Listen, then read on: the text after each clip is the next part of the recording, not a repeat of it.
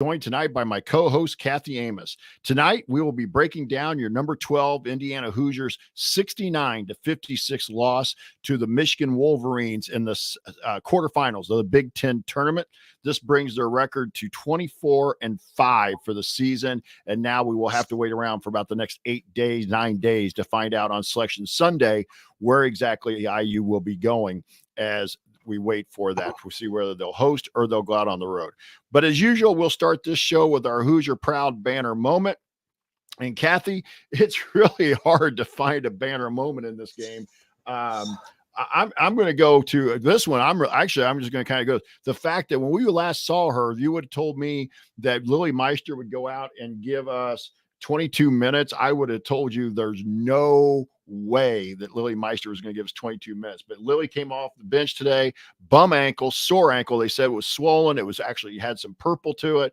So I'm going to give the fact that Lily went out and played 22 minutes today, I'm going to give Lily the banner moment for her effort tonight. As usual, we start this show with our Hoosier Proud banner moment. And our banner moment is brought to you by Home Field Apparel, presenting sponsor of the Back Home Network, who includes the Assembly Call and Crimson Cast. Home Field is constantly releasing new schools or updating their products for schools in their existing line. You're bound to find something for you or anyone in your life that just loves great collegiate gear. Currently, they have a third-month mania going on where you can get jerseys and shooting shirts, as well as they will be doing a bomber jacket restock. Also, Kathy, I don't know if you've seen this one. They've just put out some Indiana State stuff that looks really good on there as well. Not only do you get quality apparel, but you are supporting an Indiana-based business that has its roots in the Kelly School of Business. Go to homefieldapparel.com and use our promo code HOME23, that's HOME23, to get 15% off your entire first order. That's promo code HOME23 for 15% off. Once again, the website is homefieldapparel.com. Wear one for the team.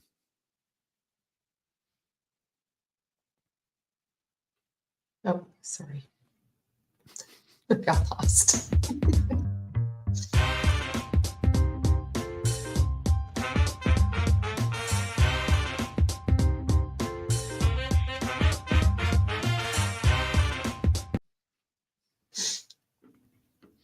And before we head over to Kathy for her thoughts, let's get some news caught up here. Mackenzie Holmes was a unanimous selection to the All Big Ten team by the coaches and the media. She was also named to the All Defensive team. Sarah Scalia was chosen All Big Ten by the coaches and the media. Chloe Moore McNeil was chosen second team All Big Ten and named to the All Defensive team. Yarden Garzon was named honorable mention All Big Ten. And then just today, Mackenzie Holmes was named a finalist for the Lisa Leslie Award. So that's our news going around today. We're going to throw it over to Kathy to get her thoughts with the Amos angle. Yeah, thanks, Jeff. And thanks for all those folks out there listening to us late here on a Friday night. Check local listings. It's 10 o'clock my time. So I don't normally drink during a show, but I felt like a glass of wine after that show was appropriate. So cheers to all of those of you who are partaking with me, helping us cope with this and try to get our feelings in. It's been a topsy-turvy week for Indiana sports, right? We've had a lot of ups and downs for Indiana men's basketball, and we're leading into this. We've had a lot of injuries, right? With the last with the last game in particular, with Mackenzie and Lily, we didn't know if they were playing, if they were ready to go, how ready they were go. We know Sydney was already nursing an injury, and we'll talk about all of that when we get into the game. And I thought the team, showed a lot of grit. What I didn't see was a lot of cohesiveness and a lot of shooting. It was just a lot of shooting moves tonight that really, I thought, really kind of did us in. Outside of that second quarter where we really kind of took control of things, the other three quarters were just some of the worst basketball I think we've played this year. We didn't play as a team. We didn't play cohesive. And again, I think, we're playing lineups that we didn't really play together all year. We never saw that starting five together. And to have to do that in a Big Ten tournament is not where you need to do it. And then Jules being called on to come in, and eventually Lene came in and stuff. And then finally late, Mackenzie came in. And it just was probably all around not a good situation. Michigan was absolutely playing for their life in the terms of getting into the NCAA tournament. They were definitely a bubble team needing to win this game, probably to make sure they for sure got in. So there was just a lot of dynamics going on. But I think with your news headline, Jeff, I think it's a good reminder for us all to try to put this into perspective. myself included, this was one game in a very long, but yet still a very good season, right? We had several players chosen, a couple players to the All Big Ten team, the second All Big Ten team, honorable mention, defensive team. We have McKenzie on the finalist for the Lisa Leslie Award. We only lost 4 games until this game all year. And I think we'll try to keep that in perspective as the macro, but tonight was just not a good night for Indiana women's basketball. Well, and let's talk a little bit about that, Kathy, in terms of the lineups. And one thing is this team has been built around obviously an All-American center, but even Lily Meister giving you a relatively positive post presence and then being able to put 4 people out around. There were times tonight when they tried to play with Yarden as the 5 and the post player playing more of a 5 and then playing a 5 out, then you could just tell they were almost at times getting in each other's way. You could tell there were times when they weren't sure exactly where the cut was supposed to go. So it just was, again, they were trying to make some adjustments as they went through the week and got ready for the Big Ten tournament. But it's hard after you've played, almost 30 games with a certain style to get, to be like, okay, now we're going to try and really change everything we do from that standpoint. The other part that you mentioned, I thought just the shooting, and just not making shots was this team. We'll talk a little bit as we get into the numbers, but you also have to question a little bit. And question is probably too strong a word, but this is a game where with McKenzie not being healthy, you really needed your other seniors to step up. And That's in right. essence, they did. Absolutely. What's your thoughts about that? Yeah, I mean, I'm not even sure Sarah scored in the second half. At one point she hadn't, so maybe she got some there late when I was doing things besides maybe taking some good notes on what I was looking at. But and I thought Yarden, tried really hard too, but again, she was playing out of position, and she's not the senior you're talking about, but what we needed was Sarah and Chloe to step up. And I said that several times in the first half in our Discord. I said it to my husband, and I don't feel like we really got from them what we needed. You lose your All-American, and you cannot any longer say from a Chloe Moore McNeil perspective, Chloe, we're fine with you only giving us assists. We needed her to give us some offensive production, and we did not get that from her. We did not need Sarah to go and only put up 14 points after. So she did score in the second half. I think she had 11 at halftime. A late 3. Right. There you go. Thank you. I thought maybe I missed something. So 11 in the first half from Sarah, and then only 3 in the second half. Again, you have her on the first team All Big Ten for a reason. She needed to play like that tonight. And McKenzie being out wasn't really the reason for that. And so some of those, and it wasn't coaching either. Coach Moore didn't coach them not to make those shots. So there are other things I'm sure we'll talk about around coaching decisions tonight that we can absolutely question. But the shooting woes of the team was not one of them. No, and then also you look at earlier today, Ohio State gets beat by 20 by Maryland, and they were the 1 seed. And I'm still not convinced. And I know this may not be a popular take. I'm still not convinced having the double bye is always a good thing in this tournament, because more often than not, the double team with the double bye seems to lose on Friday. And I think there is something. 3 of the teams lost today. Yep. So yeah. Yeah. And I think there is a positive to somebody like Michigan who played last night, or Maryland who played, in Nebraska who played and had opportunities to kind of get their nerves out, get a little used to the surroundings, and find a little bit of rhythm. And it shows then they come in today. Now, by tomorrow, their fatigue may start to catch up with them. But again, that's right. I'm just not totally convinced that the double bye, and you see it on the men's side too, how many times a team with the double bye loses on Friday because they seem not ready, or the other team gets hot. And we saw this today, I'll save it for the numbers, but Kathy, just a little bit, but let's talk about this. Let's get to the elephant in the room a little bit before we move on and kind of talk. What'd you think of the decision to bring Mac in with 6 minutes to go in the fourth quarter? So here's my take on it. Again, maybe it's not what others think. So maybe we should back up. I think what we learned earlier in the week was that we could go to the committee, the NCAA committee, and let them know that McKenzie was hurt, but she was available for the NCAA tournament. So worst case today would be, I think, what happened, which was that we lose the game, but we showed that she was healthy enough to play. So if we were going to play her, we should have brought her in somewhere in the middle of the third to try to stem that run that Michigan was going on to. Bringing her in with only, I think, 6 minutes left in the game, now as she has sat 3.5 quarters, we've already lost the lead. Michigan's got all the momentum, and now we've shown the committee that she actually was healthy enough to play. It's almost like the tale of the worst of two tales that we could have told. So either you bring her in early in the third quarter or mid third quarter, in my opinion, or you don't bring her in at all. And then at least you can go to the committee and say, yeah, we kind of blew this lead, but our other players were tired. They were playing hurt. Lily was playing hurt. Sydney was playing hurt. We didn't have Mackenzie at all. And so here's the reason, why we are, but we know that Mackenzie's going to be healthy enough by NCAA tournament time. You can't tell that story now because you played her for 6 minutes. And I think you took that card off of the table. And honestly, I'm pretty concerned about us being able to host at this point. If this would have ended up being even a closer game, or we didn't play MAC, I think we could have convinced the committee that we still deserve that number 4 seed. But I think it's going to be really close. And I think we're going to need other teams that are around that 4 or 5 seed to really lose and help us out here. What are your thoughts, though, Jeff?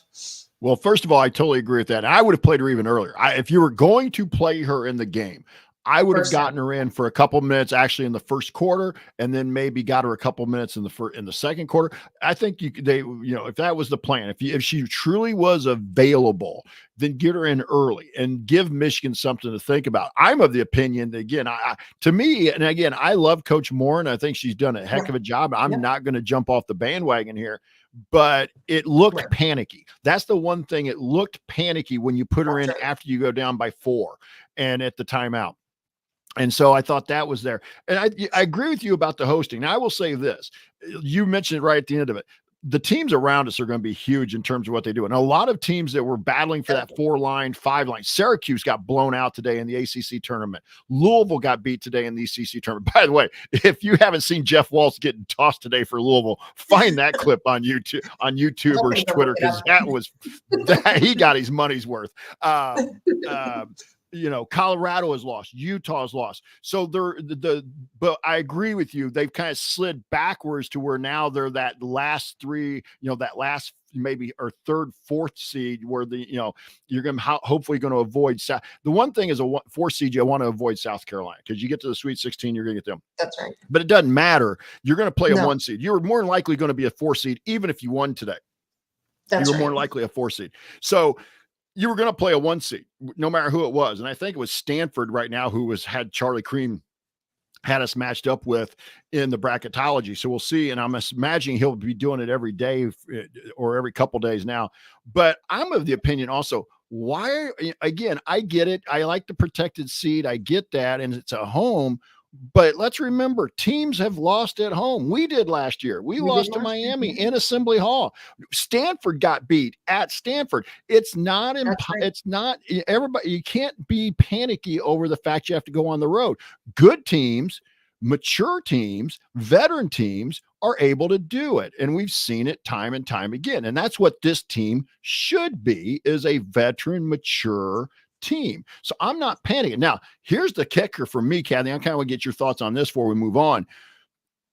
It's just like we're snake bit, though. 2 years ago, we get to the Sweet 16 and just had that bad draw with Connecticut. Connecticut was a better team. They were just, it was just not in stores, not a good matchup from that standpoint.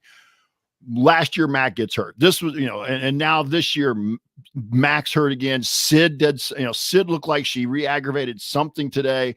She was limping around pretty good, but she gutted it out. We got Lily hurt. At some point, it's like, when will the injury gods give us a break at come into the season where we have everybody healthy? Right.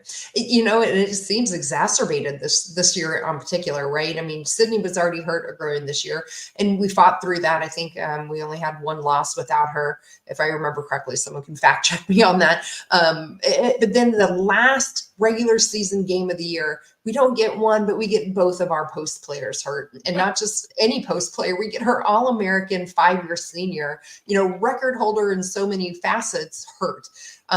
Again, and now Sydney like you mentioned, it seemed to retweak whatever is going on in her foot. I don't think it was an ankle. It didn't look like she rolled it, which means, like, I think I agree with you. It looked like she probably did some, and she came back. Like, absolutely, hands down, kudos to her for coming back. Again, gritty performance from her, gritty performance from Lily.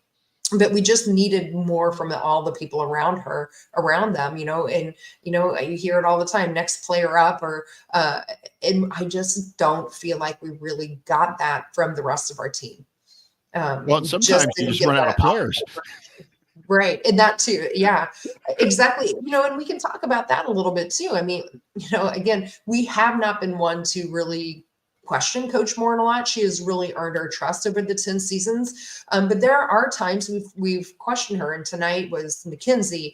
Not playing Lene earlier is another one. I felt like she could have taken timeouts earlier in that third quarter too. I know she loves to save her timeouts to the fourth quarter, but what good does it do you if you're now down 10 in the fourth quarter and you let that lead slip away in the third quarter? I just thought there was a lot of questionable coaching decisions tonight that I didn't understand and that we don't normally see from this coaching staff. So again, I'm not like you. I'm not off of the Coach Moore bandwagon. I'm not saying that this is the end and after this year, it's all downhill from there. We have some great, we have recruits coming in next year. We have a great core coming back next year. We'll save that for the off season in particular. So I just want to make sure everyone understands that's not what I'm saying. I just thought tonight, in that second half in particular, Michigan made some really great adjustments in halftime, and we did a poor job adjusting to those adjustments. Well, and the players on the floor, I want to give kudos out here. And I responded to her, to Sue and the Workaholics. There was a lack of leadership on the floor because I thought Coach Moore tried to make some adjustments. We put a couple different people on Philia. That's right. That's in a situation where you let a really good player get hot. And then we also tried to go zone. Sorry, guys. Yeah. We also went zone, and that really didn't work either because they finally started making some shots and busted that wide open. So I really give kudos. I want to say again, kudos to Sue because I kind of thought this way as well, and she put it in the Workaholics. The kids on the floor have to show some leadership. You can't turn it over 7 times. I made the comment either on Twitter or in the Discord that what I say? What was the third quarter? Yeah, 21% shooting and 7 turnovers in a quarter is not a winning recipe at a neutral site game. You allowed them to have some life. You hit the first shot of the second half, went up 17. That's right. From there on, that's a 30-point swing because your seniors who you were trusting. And again, I'm not trying to be bad. I'm not bad-mouthing the seniors. No. I trust them. But that's what's expected of them. Correct. Nobody took, I always used to use this analogy with my players, and they sometimes look at me too like I was nuts, but nobody was willing to take the bull by the horn and wrestle it to the ground. And that's what we needed from a Sarah or a Chloe or a Sydney. And honestly, we needed it from Yarden as well, but Yarden's not a senior. So I'm willing to give her a little bit of a pass. Yes. And to be honest, I'm going to give Sydney a bit of a pass as well, just because I think she was really playing hobbled, right? And I thought she was absolutely out there showing hustle and doing what she could. We'll get, if we, are we skipping pivotal plays? Do you want to just go jump into numbers? Well, first of all, Kathy, let's at this point, are there really pivotal plays? I mean, if we win, I think there are, but with the way it went, what pivotal plays other than, like you mentioned, there are a couple runs. The second quarter, I guess, was pivotal because it got us out to a 14-point lead. But yeah, just kind of the way the game went. Unless you got something specific you want to pull up. One pivotal play. And it was the last one I wrote down in the fourth quarter. I didn't even write down the time exactly.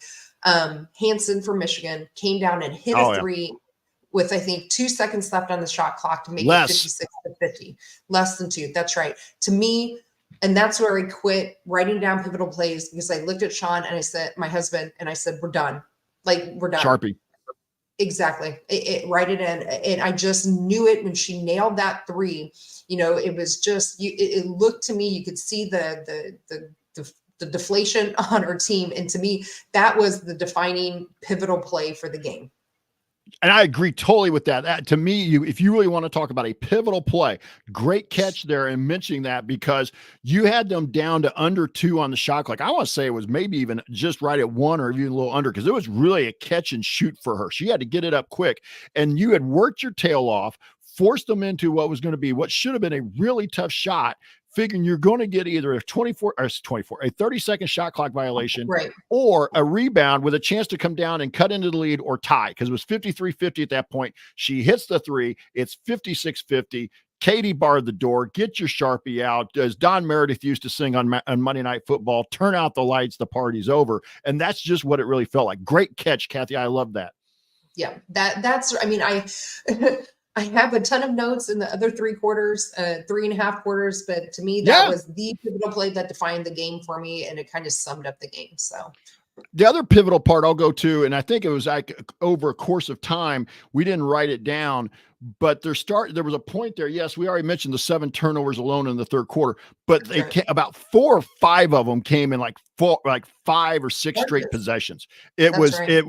And that's when Michigan really got back in the game. And again, that's on your leadership on the floor. Yes. And you know who stopped that? It was a 12-0 run from Michigan. Lily was the one who took a little hook shot in that 12-0 run in the third after quarter. A timeout. After a timeout. That's right. So yeah, again, Chloe gathered the ball. So kudos to Chloe. And we've been kind of hard on her and Sarah so far in the show, but you know, I hope that they reflect on that going into the NCAA tournament, because we need to remember we're not done yet. We do have NCAAs, whether we host or not, and we'll wrap this up, you know, after we talk more about this game. But Chloe did get her the ball, but Lily made that shot, and it was a hell of a shot. But that is what ended that 12-0 run. So I don't really know if we have any other pivotal plays we need to touch on. No, let's go on to the numbers, Kathy, and I'll let you go first. God. Well, you know, I think at one point we were shooting 22% from the floor. After that really great second quarter, we ended up shooting 42% in the first half. But then at the end of the game, we only shot 36%. So we had 22 made field goals. The nice thing is I guess we had 13 assists on that, but the 13 assist number was really low for us tonight too. But again, you're not going to get assists if you're not making your shots. And 36% for us was really low.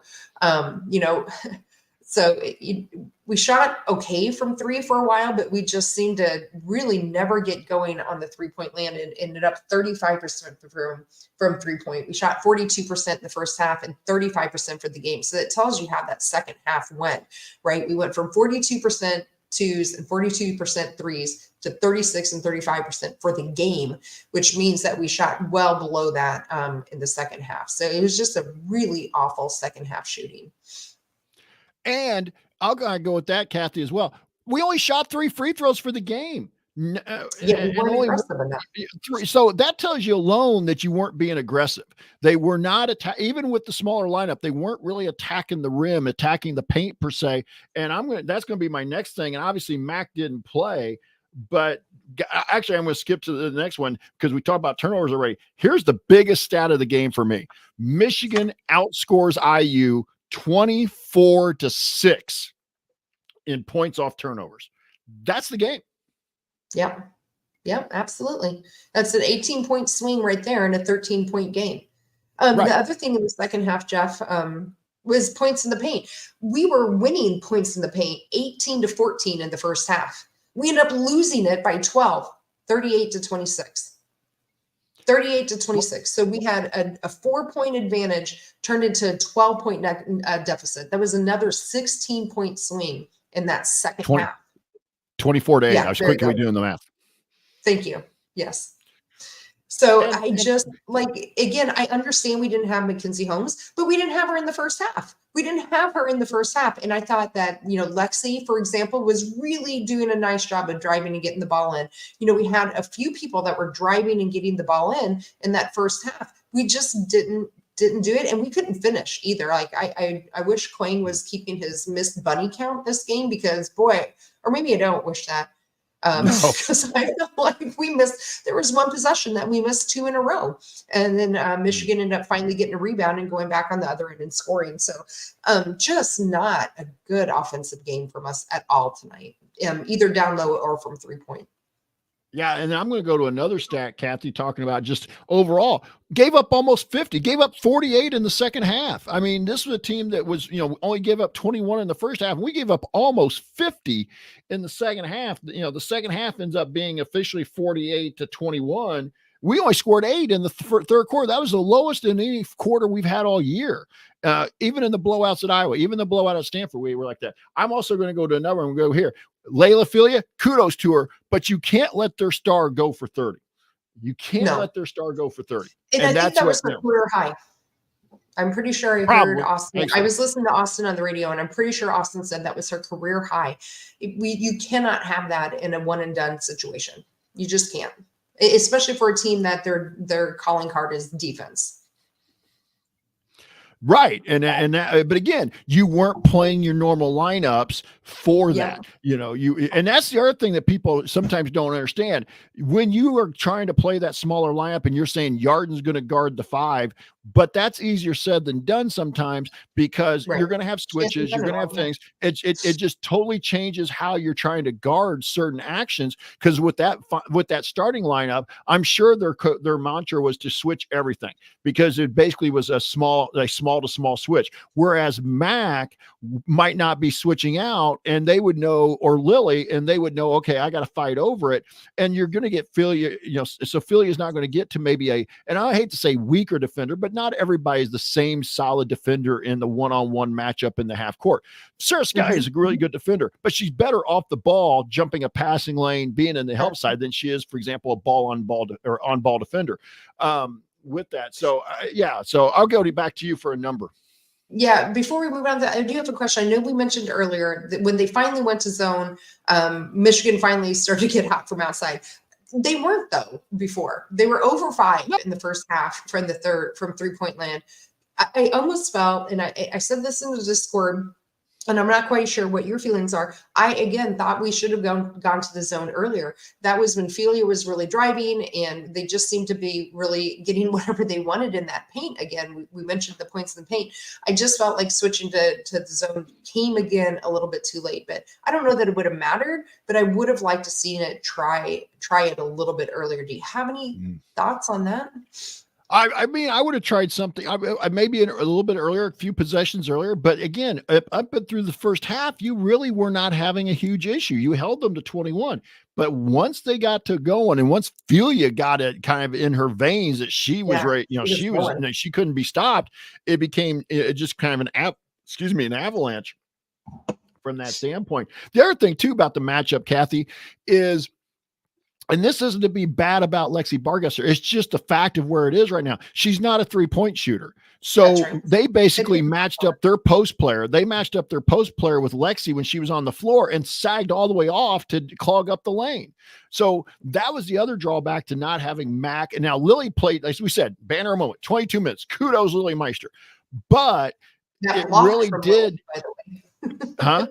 That block from Lily, too, by the way. Lily, I thought Lily gave us as much as you can with that ankle, but the thing is, it clogged the lane. So if Lily or Mac wasn't on the floor, the lane gets clogged by that post, and Lexi's just not a shooter yet. She may be eventually before her career's done, but right now she's not a dependable outside shooter, so they just backed off of her. So that's the other thing about that lineup. Yeah. Okay. Sorry. Back to numbers. Let's see. I don't think there are any other numbers. We got out rebounded 29-23. Same thing there. We were winning that 17-20 at halftime. So it was actually just that 37. Actually, it's 37-33. 37-33. We still lost. The nice thing is that I guess Michigan only got 4 second chance points. I know that's been kind of a bugaboo for us in the past, where we've allowed a lot of second chance points. So at least, of the rebounds, it was their 29 defensive rebounds off of all of our copious missed shots that they were getting all the rebounds. At least it wasn't a lot of second chance points. That's the positive I have on it. I don't know, Jeff, I don't really have a whole lot of other numbers that I really want to dive into, I think. I actually will go the other way on that, though, Kathy. 4 second chance points for us off 10 offensive rebounds. That's not a good conversion rate, because we had 10 offensive rebounds and only got 4 second chance points. So that's not a good conversion rate either. So, but again, in a game where you needed buckets and like you said, wish we'd seen Quang's numbers in the Discord to know how many bunnies we were missing, but probably we really didn't, because it just was there. The only other number I'm going to point out here, and again, I'm not sure I would have played her in the fourth quarter. If I was going to play her, I would have played her way earlier and got her a couple minutes here and there. And I know plus minus is flawed, but it's one of my favorite stats. Mac played 5 minutes and were minus 12 when she was on the floor. So she didn't really bring anything onto the floor in terms of that. So no, she got two fouls, missed her 2 shots again. And I'm not blaming her, because she came in cold and a turnover. So no, I'm not surprised. And by the way, speaking of numbers, kudos to the 824 people who are watching us live tonight on a Friday night. For some of you at 11:30 at night. This is awesome for us doing the work. Cheers to you, as Kathy would say, from that standpoint. The other number I want to point out, Kathy, well, actually, you know what? I'll save that for the game ball and the hardest worker. Okay, so I want to move on. Let's move on to the game ball award here. And Kathy's going to pull up. She's producing the show tonight. She'll pull up the scroll for you, if you're able to watch on the YouTube or the video feed, and you'll see that we have going across. Mackenzie Holmes leads this number right now with a. I always got, this is one of those where hard for me to see the screen when it's. You want me to read them for you? Yeah, what was that? Mac with 13. That's right. Sarah with 6, Sydney and Yarden and Chloe each with 3. All right, so then we got the numbers from Kathy, and I'm going to let her go first. I know we can have this debate about whether you give out game balls and losses tonight. We do. We give out game balls and losses, so I'm going to let Kathy go first. Yeah. And this one, honestly, to me, I feel like there's only one person I'm going to go to for my game ball, and that's Sydney Parrish. Sydney, who was second on the team with scoring with 13. She led the teams with rebounds with 9. And this was a lady that got hurt, went back to the locker room, and came back out and still gave everything that she could to try to will that team across the finish line. And that is, to me, what epitomizes somebody getting the game ball. I thought that she showed a ton of grit. She showed a ton of moxie, clearly playing through a hurt foot. She was limping around and everything. So for me, I think Sydney should get that game ball. Yeah, I totally agree with you. I mean, obviously you could look at Sarah Scalia a little bit, but we also discussed a little bit earlier how we kind of felt Sarah really disappeared in the second half. We needed more leadership out of Chloe, we felt like. So I totally agree with you. The other thing, Sydney at least shot above 50%. She was 5 for 9 from the field, 3 of 5 on 3. So maybe we should have got her more shots. I know she went out of the game for a while and she was hobbling. I totally agree with you. But maybe we should have got Sydney some more shots. Easier said than done. Easier said than done. So that's going to give Sydney her 4th game ball of the year and move her up. It won't move her up the list, but it'll move her up to 4 game balls for the year. So that'll take us to the game ball. Yeah. There you go. We're being positive with that part of it. So let's move on to the Grace Berger hardest. Yeah, let's move on to the Grace Berger Hardest Worker Award. And again, this is one of those where we've had a lot of people winning this award, but it has really been dominated by Lexi Bargesser and Sydney Parrish here with 6 each. And Mackenzie Holmes with 5, Chloe Moore McNeil with 5, Sarah Scalia with 2, Lene Beaumont with 2, Lily Meister and Yarden Garzone with 1 each. So again, it's been a lot of fun with the Grace Berger Hardest Worker because we've had a lot of people to choose from. I'm not sure we have a ton of people to choose from tonight, but Kathy, you get to go first. No, I don't think we have a ton. I landed on one. I landed on her really actually quite early. And for me, that was Lily. She did not have, in terms of stat line, what you would think if you're going to be picking somebody from an award. But again, the Grace Berger Hardest Worker Award is not about your stat line. She did have, like I mentioned earlier, she had that, nice hook shot to get her sole 2 points of the game. She had that wonderful block. She did have a few fouls, but you know what? She gave us 22 minutes on a very bad ankle. I did not think that she would be available to play after the way that ankle looked after our last game against Maryland. And for her to come out and not just play, but she played with effort, she played with focus as much as she could, and she played 22 minutes and gave everything that she could in those 22 minutes and then some. And to me, that's what epitomizes the Grace Berger hardest worker. And so for me, she's getting my vote. Yeah, I mean, you could have talked about Lexi Bargesser here a little bit. 8 points on 4 of 7 agreed. shooting, three rebounds, 2 assists, a block in 23 minutes. But I'm totally with you. I thought Lily gave us a solid 22 minutes. I really did. I thought based on what we saw and what you're talking about from coming out of Sunday, I thought Lily would be back for maybe the NCAA tournament, because to me, an ankle injury like that, which is what I suspected it was when she did it, might have been some concern there was a foot because of the way she kind of held the foot, kind of like grabbing almost like the bottom of the foot. But more than anything, in fact, found out was obviously an ankle. Once you can get to a pain threshold, it's just a matter of how much pain are you willing to, and how mobile can you be. Once you've established those two things that you can do, you can play. Now, how effective you are, that's an entirely different story. But I thought Lily played pretty darn well, Kathy, like you said. She only had the 1 shot, 2 points, 2 rebounds, 1 turnover, but she had a block and a steal in 22 minutes. So I'm with you. We're going to give Lily the Grace Berger Hardest Worker Award tonight, and that's going to bump her up to her second Grace Berger Hardest Worker Award. And I think, Jeff, I think Lexi does deserve a great honorable mention for either award, really. I thought Lexi came in again and started for us again, filling in another starting role for another injured player. She gave us a good 8 points. She just doesn't have that jump shot that we need her to have yet. But I thought she gave us some nice minutes too. So great honorable mention, I think, from Lexi. So. Yeah, and I was trying to update something here real quick before we get to Record Watch. And before we get to Record Watch, Kathy, let's talk real quickly. I want to mention Yarden here. And again, I'm not trying to be totally like bad about Yarden, but on a night where Mac wasn't going to play much, if at all, Yarden was 3 for 15. She's got to find a way. And I know she's trying. And again, a lot of them struggle shooting the ball. But you're in that situation. Yarden's probably the one person that can go inside, outside a little bit easier. 3 for 15, and she was 1 for 7 beyond the arc. 8 rebounds, though. I thought Yarden battled on the glass. The 8 rebounds. She had 2 assists and 3 steals, but she just really struggled to shoot the ball tonight. And so I just want to get your thoughts on Yarden's game a little bit. Yeah, that's a great point. We haven't talked enough about Yarden tonight. I think, the issue for Yarden, maybe why we weren't saying her name more, is that 1 of 7 from 3-point land.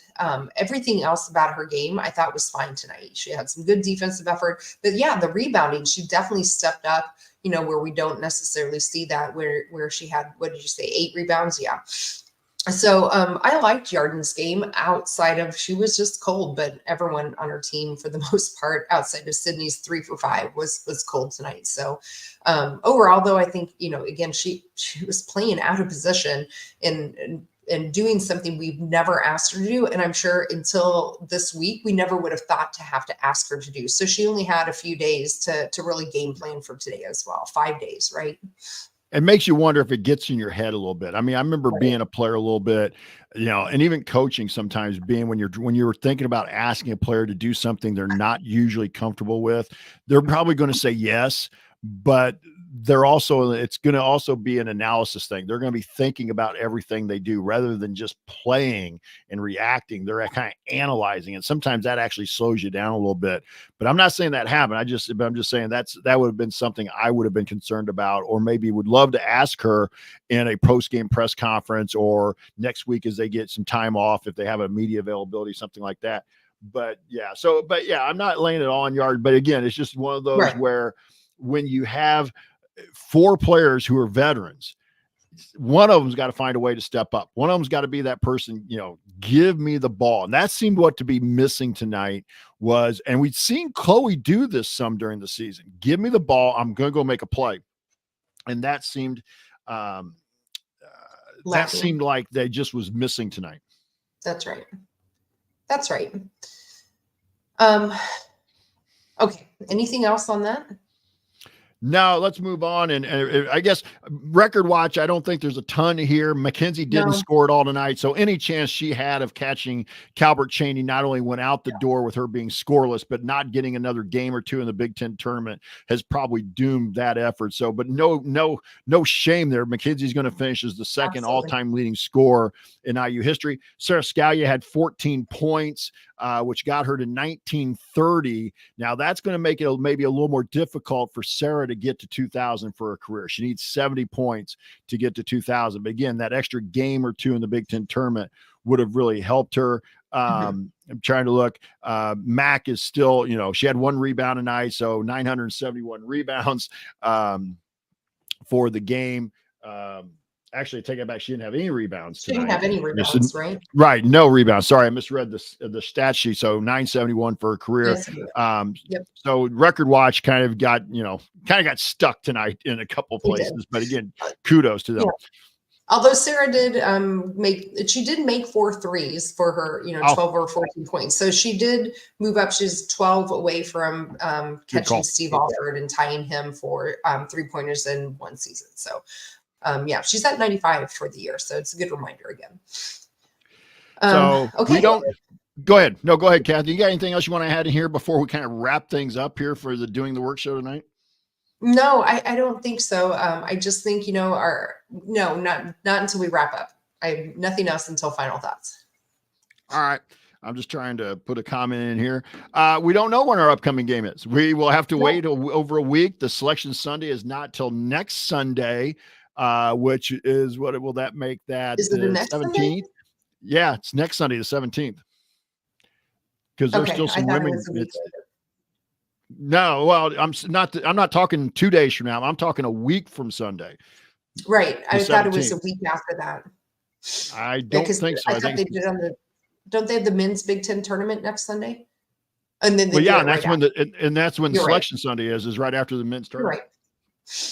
Yes, I'm confused. So anyway, we don't know when our upcoming is. Kathy, I was going to ask you all this off air, but I'm thinking, we need to have like a Selection Sunday show though. Kind of take a look at where IU's playing and kind of take a look at the entire bracket. Yes. So let's plan on that. We'll let everybody know. Watch the Substack and watch the Twitter account. We'll let everybody know what time we're going to do a Selection Sunday Doing the Work. It'll kind of be our first time doing a Selection Sunday. So join us here. The 940 of you who joined us for a loss tonight, come back and join us for Selection Sunday or after a win. We're a little more fun than we have been tonight. A little more organized. A little more organized, but that's all right. But we appreciate all of you being here. It might be a record, by the way, tonight. I'm not sure we've ever had 950 almost 950 people live. So welcome all your newcomers. Sorry, keep coming back. We don't have better news to celebrate. So real quickly, Kathy, I'm going to take us around the Big Ten, then I'll get to final thoughts. Yep. But obviously today, Maryland won the first game of the day, 82-61. Then Nebraska won the second game of the day, 73-61. So they'll play the first semifinal game tomorrow. So either the 5 seed or the 8 seeds going to the final. And then Iowa blew out Penn State 95-62. And then IU obviously lost tonight 69-56. So Iowa and Michigan will be in the second game tomorrow. And real quick, Kathy, talking about the Big Ten, I put it out in the Substack today. I want to kind of get your thoughts a little bit. But pretty safe teams in. Ohio State, Iowa, IU, Michigan State, Nebraska. I think you got to say Maryland's pretty safely in now with that. Michigan's probably safely in now. What about, do you think Michigan's in safely? And B, what are your thoughts on Penn State? I do think Michigan is probably in now. They might be one of the last 4 in or so, but I think this was their 20th win, right? And it was, obviously, hopefully a very good win. Penn State, I'm not sure. I think they're going to be a bubble team. I would not be surprised if Penn State does not get in. I also wouldn't be surprised if they do get in, but that was not a good loss today by Iowa. I mean, I should say that again. The margin is what's going to hurt Penn State, right? It wasn't a bad loss because they lost to Iowa. Iowa was a phenomenal team. P.S. Congratulations to Caitlin Clark. We should at least give that out to her for breaking the 3-point record from Steph Curry. So she did break that with her 3-pointer, but Penn State was not good in that game. And, Caitlin Clark didn't even go off for 30, 40 points in that game. And they still put up 95 on Penn State. So I would not be surprised if Penn State does not get in after that loss. So that's kind of where I'm thinking right now. But again, like we were talking about for us for seeding, it depends on what other teams go around, right? We still have a lot of Big 12 going on tomorrow. So by the way, everyone should probably be Iowa State fans. They're playing Baylor tomorrow, which would help us. So, kind of start watching some of those kind of matchups and other conferences to see. And I think that's what's going to play into Penn State in particular right now. But I think Maryland probably signed the papers there, hopefully. And I think Michigan probably is pretty safe too. But what do you think? You're a little closer than me. Well, I don't know if I don't follow it probably enough for the bracketology part. I'm with you. I think Penn State is sweating it out on Selection Sunday. They could get called, and they'll be one of those teams going to like a first four type matchup, or they're not in.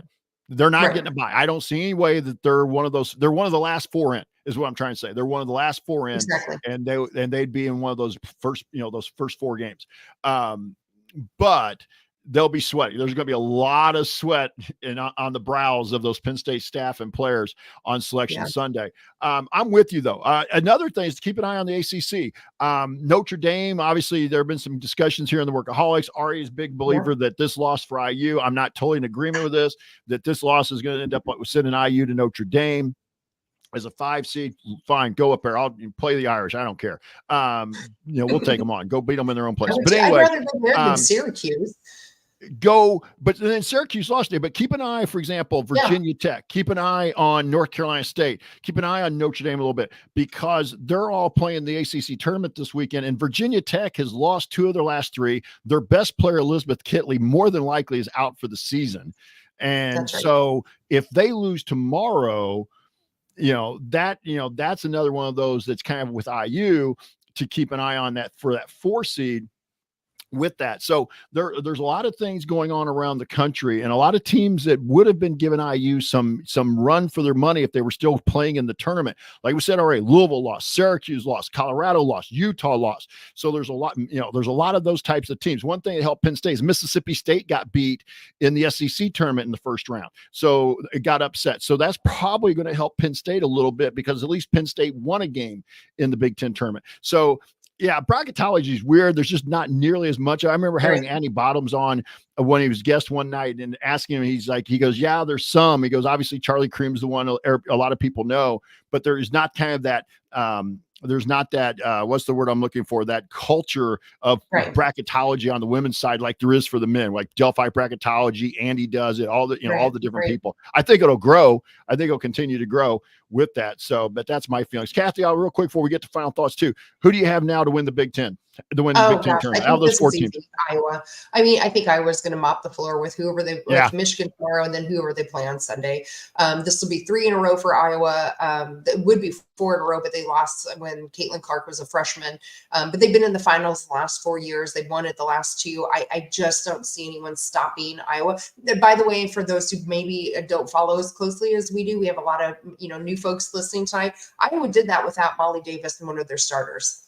Mm-hmm. She was out today. She was on crutches, so I don't expect her to play tomorrow. Honestly, I don't expect her to play this whole Big Ten tournament now at all. Nope. I mean, I've read reports that they expect her to be back for postseason, but I think they're thinking NCAA is not Big Ten tournament, and they didn't need her. Caitlin Clark went 0 for 11. 0 for 11 from 3-point before she finally hit that one to break Steph Curry's record. They have a lot of pieces around them, and they are playing really good. And interesting, maybe it's a little our fault, because Caitlin Clark in the post-game post-game interview, she said, that Indiana game really woke us up. Well, I wish we were playing them again. But yeah, that one, it just seems to me a no-brainer, but I don't know. That would be a huge upset if anyone besides Iowa wins it. You think differently? No, I agree with you totally. I think it'll be, honestly, I think it'll be Iowa and Nebraska in the Big Ten final, and I think Iowa will win. My thing is here now, it will be really interesting also on Selection Sunday. Will Ohio State lose their 1 seed? I think they because they lost today, and I think they will. Now, part of that may depend on what happens out. Part of that may depend on what happens out in the Pac-12.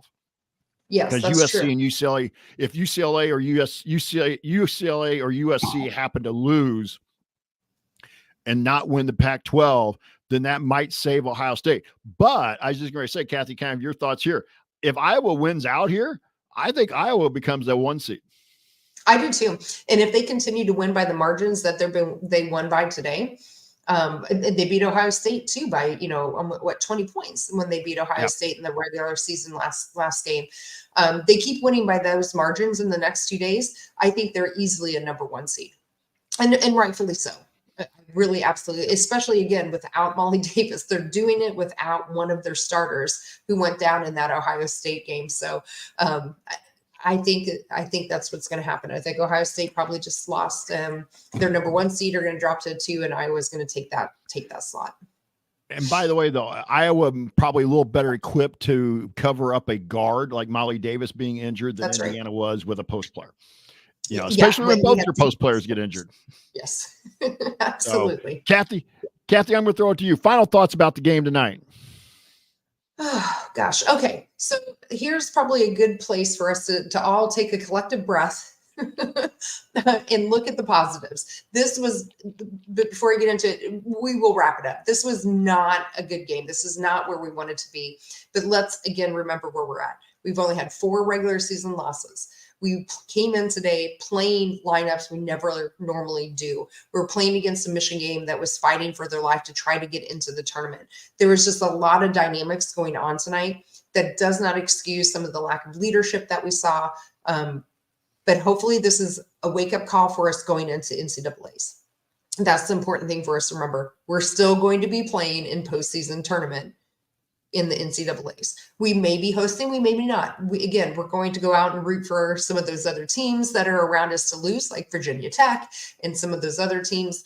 It's out of our hands at this point. We've done what we could, and we're going to be there whenever they play again. We're all going to be amazing Hoosiers, and we're going to all root for them because tonight was something to learn from, and we're going to just flush it now after we learn from it, take those 24 hours and take great lessons. And I think we're going to see a healthy Mackenzie Holmes. I saw in the chat that Ari was telling us during the post-conference, Coach Morin said that they expect Mackenzie Holmes to be full strength. So let's keep all of that in mind and take what we had this year. Don't let other things going on around the university kind of taint our view of what this program is, which was a 4-loss regular season program. We had a fantastic year.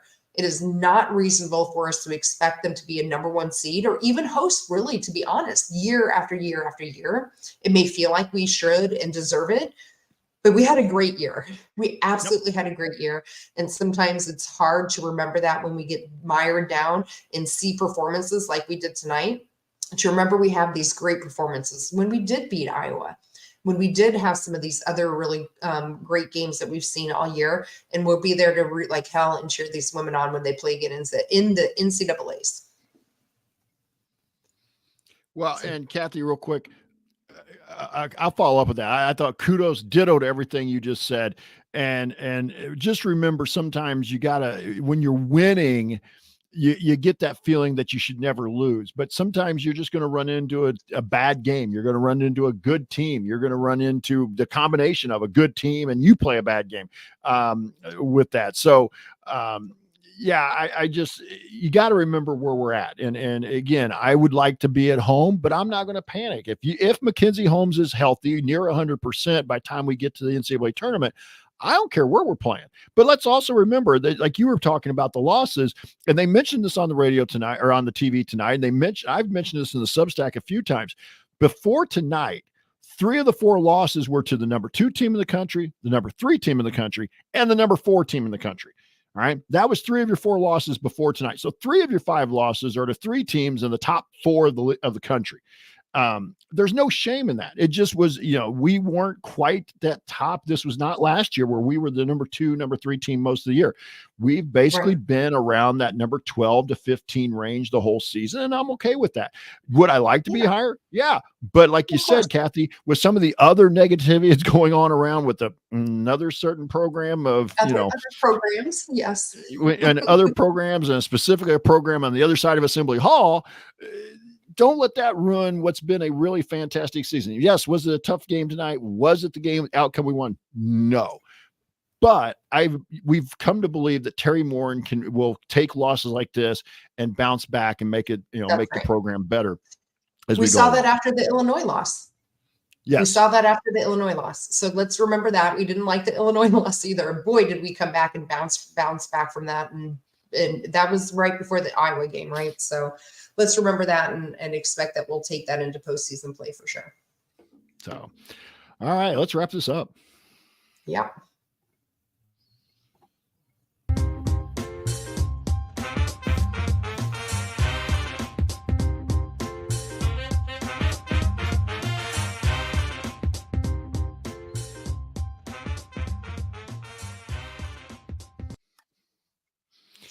All right. So coming up next, we were just discussing this and we're still kind of finalizing the times and stuff, but watch our assemblycall.com website, watch our Twitter feed, or excuse me, our X feed.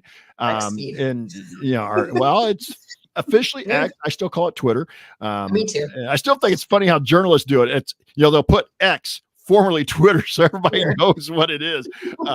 Formerly Twitter. But anyway, so Kathy and I are going to do a Selection Sunday show next Sunday. We'll let you know the time, but we'll be right here. Watch for this on the Substack or the Twitter feed, and we'll let you know what time we're going to be here on Sunday.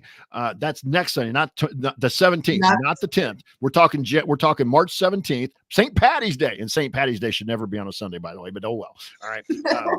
Stupid calendar. No doubt, but anyway, our friends over at AC Radio will be back on Sunday after the men's game. That game's against Michigan State. Excuse me, that's something caught in my throat. Against Michigan State, the tip time on that game is 4:30 Eastern, 3:30 Central. So plan for about 2 hours after the game, after the tip time. It could be an interesting game. The Hoosiers have won 3 in a row, but again, with some of the things going on around the program, that could be an interesting. It will be Senior Day. I think another thing to keep an eye on that would be who all takes part in Senior Day on Sunday for IU, because they announced today that they didn't know for sure who all was taking part in Senior Day. So I'm digressing. This is not the men's show. But hey, if you want to see us do the show live and be a part of the live chat, like over 1,000 of you were in here tonight. Again, I'm just mind blown that after a loss on a Friday night, 1,000 of you wanted to come in here and listen to Kathy and I. Awesome for you to be here. Keep coming back. Spread the word to your friends. Make sure that you subscribe to our YouTube channel, youtube.com/ that's the @ symbol, @Back Home Network. Again, youtube.com/ @Back Home Network. You can be a part of our private community as well. Find out more at assemblycall.substack.com. Special thanks to John Ringer of Rig Designs .com for designing our logos. Also, a big thank you to Bob Thompson for our music you heard throughout the broadcast. I want to thank Kathy for being here tonight and being such a great co-host. I want to thank everybody who was here in the Workaholics and anybody else who's listening on your favorite podcast feed. And thank you guys for everything. We'll be back to talk IU and NCAA hoops with you again next Sunday. And so until then, keep your elbows in, your eyes on the rim, and let's go Hoosiers.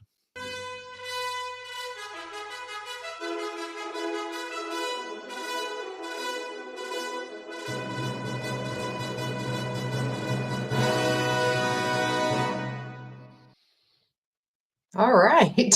Wow, we should lose more often and get 1,000 people in here after a game. Either that or they really needed to listen to us vent so they can kind of vent themselves. They needed to vent. Kudos, everybody. I know this was not what I was expecting to be talking about today. I'm floored. I'm happily floored. Great to thanks for being here. Keep coming back. Hope so. Yeah, please join us more often. I see Joe's comment now, but I want to wallow in misery. Yeah, I know. Sometimes it's easy to do that, especially after a loss like that. It's really easy. Like I was really hot. That's what I wrote back to Todd, who also was like, thanks for calming me down. Like I needed this myself. I was really hot after the game for a number of reasons, but we all invest a lot of time and energy supporting all of our programs, right? And let's start out too, right? Again, now we're done with the show. So everyone's been so focused on the men's program. We've had a roller coaster ride this week, and we're not going to get into that. This whole week has been up in the air for women's basketball because we didn't know about the injuries, and today just really didn't turn out how we wanted to. But let's remember, there's so many other things going on around the university. There's great things they're doing academically. Our swim teams, both the men and the women, both just won Big Ten tournament. They have a ton of people qualified for the NCAAs coming up. Our baseball team is expected to be really good. We'll have soccer again. We have exciting things going on in football. Now we haven't seen it on the field, but there's stuff going on in football. So sometimes you just have to take a bigger breath and remember there's so much more to Indiana University sports than just one program. And so I think that's what we're seeing tonight, is people seeing that. And there are, and again, like, not the results we wanted tonight by any stretch of the imagination. Like, if we could take that second quarter and multiply it, we would have won, right? But they just couldn't sustain it. And again, weird lineups, injuries, Ophelia just went off and went crazy on us. There's a lot of noise going on in tonight. And so one thing I have with this staff and with this program, we've seen over the last how many years, Jeff, they'll bounce back from this. And I expect to have a really great NCAA performance, at least the opening weekend. That's as long as if everybody gets healthy, I agree with you. I totally agree with you. If everybody gets healthy, I hope she's up front, or I don't know how to phrase this. I just know there's coach speak. I know that I'm going to want teams, even if my best player is not healthy, I'm going to make it sound like she is, or she could be healthy in a couple of weeks. I want that team guessing until I absolutely have to tell them she's not, or can't play as much as I'd like. So there's a lot of coaching me with that, but Kathy, I totally agree with you. But part of that is, and I get it, this is a fan base that has really come to really love this program because they like the way the team plays. They like the character of the kids. They like the way Coach Moore deals with things, and they're invested. And what happens when you're invested is then all of a sudden, when you do get a bad loss, and tonight was one, we can't sugarcoat it the other way. When you're up 17 and you lose by 13, a 30-point swing, you're invested. That's fine, but don't just jump off the deep end either and talk about how, well, they're never winning a game again. They're not going to get out of the second round. They didn't make adjustments. It's the same old same. Hey, again, games happen. And for those of us who've been around IU women's basketball for a while, where they are now over the last 10 years, especially with Terry Moore, but more specifically the last 5-6 years, where they're winning 25 games a year. They're going to the NCAA tournament easily. We're not sitting around asking, wonder if they'll get in. This is a far cry from where we were when this team was lucky. This program was lucky to win 9 games a year and get 1,000 fans in the stands. So that's right. You got to remember that, take the good with the bad. I'm not saying that. I'm not trying to lecture anybody about it, but just remember that and I get it, when you're invested, you're passionate, but just remember the kids play hard. They're trying. They may not have played their best. They may not have executed, but this team plays hard. That's right. And I don't care what other people are saying on Twitter right now. Haven't looked at Twitter for a long time. Pardon my French, but I guess we're done with the show. I don't give a shit. Those women played hard. We're still live, but that's fine. I know, but you know what I mean? Whatever. It's not the official show anymore. We're after dark. Correct. Right? Yeah, I think doing the work women played hard. There was no place in that game where I looked at Sean and said, you know what, they just quit. I never thought that. It just, they looked confused on offense. They didn't know what to run. You could see they were trying to talk to each other. It just wasn't working, but I never thought they quit. I never thought. So, and that's, sometimes all we can expect. And so, yes, we get expectations. We want to compare the team to last year. Well, it's not last year's team. We don't have Grace Berger anymore. And she was such an integral part to the team, both from an offensive production, a defensive standpoint, and a leadership standpoint. She was a huge hole to fill. And we cannot expect to get number 1 seeds year after year. So again, we'll all take a breath, and we can't expect to host every year either. And eventually, Jeff, curious, do you think eventually NCAAs are going to get rid of hosting for women, right? I mean, I think they have to. Got to go that way, right? So eventually this will go away to be a non-issue in terms of, are we hosting, are we not? But it is still, so I get it. It's a big and what helps with that, Kathy, is a Big Ten, a league like the Big Ten tournament selling out a neutral site venue. Exactly. All the way through. That's what you got to get more of. That's the reason they haven't done it yet, because I think they know that from a competitive standpoint, it really needs to get to that point where the men are, where everything's a neutral site.